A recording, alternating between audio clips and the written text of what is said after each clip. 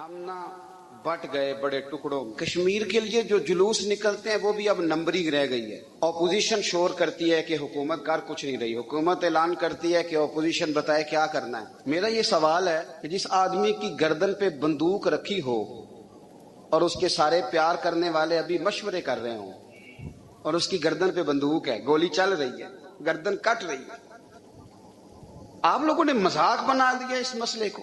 فلسطین ہے تو وہ مذاق ہے، تو جو آدمی 70 سال سے یا 80 سال سے قید میں ہے، نسلیں قید میں، آپ سمجھتے ہیں کہ وہ کتنی تکلیف میں ہوگا؟ ہم ہر کاز کو مذاق بنا دیتے ہیں۔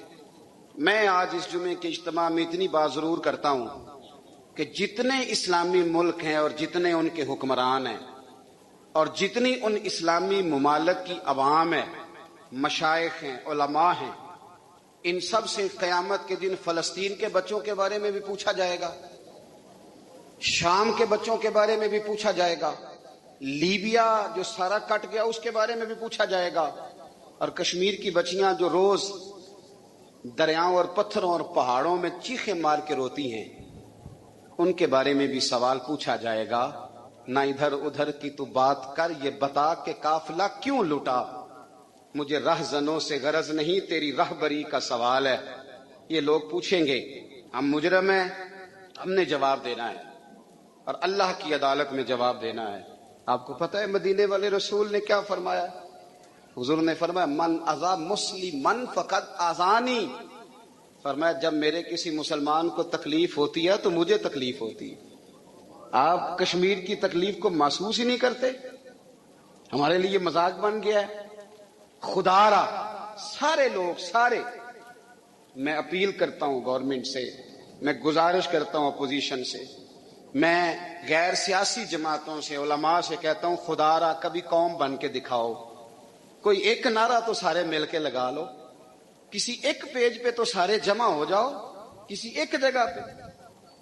کمال نہیں ہو گئی آپ کا جو آپ نے یہ آزاد کشمیر کی ریاست بنائی ہے نا، یہاں جو ہمارے پاس ہے مظفر آباد کا علاقہ، وہ آزاد ہے، ان کا وزیر اعظم اپنا ہے کہ نہیں؟ اسمبلی اپنی ہے نا، تو جموں کشمیر کو یہ حق کیوں نہیں حاصل؟ اور دنیا میں افغانستان پہ امریکہ نے حملہ کر دیا تھا کہ جی یہاں جمہوریت نہیں تو حملہ ضروری ہے، لوگ پس رہے ہیں۔ عالمی قوانین یہ ہے کہ کسی ملک کے اندر اگر جبرن کوئی مسلط ہوگا تو دنیا آ جاتی ہے، تو کشمیر میں کیوں نہیں آتی اقوام متحدہ؟ یہ تم کامیاب دورے کرتے ہو امریکہ کے، تو کیا کامیابیاں تمہاری بتاؤ؟ روز پستے ہیں وہ، روز کٹتے ہیں، کوئی انہیں پوچھنے والا نہیں۔ خدا را قوم بنے قوم، اگر ہم قوم نہ بنے تو پھر کافر باری باری کر کے مار رہا ہے، پھر باری کا انتظار کرو، پھر وہ باری باری کر کے کاٹ کے مار رہا ہے۔ میری اپیل ہے آپ ایک پالیسی، اپنی خارجہ پالیسی کا اعلان کریں، اور آپ اعلان کر کے تو دیکھیں۔ ہمیں آپ سے لاکھ اختلاف صحیح، ہمیں بڑی جگہ پہ آپ سے تحفظات ہیں، پر آپ کشمیر کے بارے میں واضح پالیسی بیان کریں، آپ آگے ہوں گے، ہم انشاءاللہ آپ کے پیچھے ہوں گے، لیکن آپ واضح پالیسی کا اعلان کریں، ہم تعصب کا مظاہرہ نہیں کریں گے، ہم آپ کے صحیح فیصلوں کی سپورٹ کریں گے، پر ان کے ساتھ بڑا ظلم ہو گیا، اب تو وہ تصویریں دیکھی نہیں جاتی، مہربانی فرمائیں۔ اور ہمارے ملک میں جماعتیں اتنی ہیں کہ گنی نہیں جاتی، پر سوائے روٹی کھانے کے اور پوسٹر لگانے کے اور سوشل میڈیا چلانے کے کام کوئی نہیں۔ اللہ تعالیٰ کشمیر کے مسلمانوں پہ فضل فرمائے، اللہ رحمت فرمائے۔ نبی پاک صلی اللہ تعالی علیہ وآلہ وسلم نے فرمایا اہل یہود بغیر ٹوپی کے دستار باندھتے، جب سر پہ پگڑی باندھتے تو ان کے سروں پر ٹوپیاں نہیں ہوتی تھی، فرمایا تم نے ٹوپی پر دستار باندھنی ہے، یہودیوں کی مخالفت کرنی ہے، تم نے اہل یہود کی مخالفت کرنی ہے۔ فرمایا نصارہ کا طریقہ یہ ہے کہ وہ درمیان سے مانگ نہیں نکالتے، سر میں جب کنگھی کرتے ہیں تو درمیان سے مانگ نہیں نکالتے، تم نے درمیان سے مانگ نکالنی، ان کی تم نے مخالفت کرنی۔ فرمایا آتش پرست یہودی اور بہت ساری قوموں کا طریقہ یہ ہے کہ مونچھیں بڑی رکھتے ہیں، داڑیاں چھوٹی رکھتے ہیں، فرمایا تم نے ان کی مخالفت کرنی ہے، مونچھوں کو پست کرنا ہے اور داڑیوں کو بڑا کرنا ہے۔ کوئی چیز کسی اور کی مستعار لے کر دین میں شامل کرنے کو نبی پاک صلی اللہ علیہ وسلم نے پسند نہیں فرمایا، پسند نہیں کیا.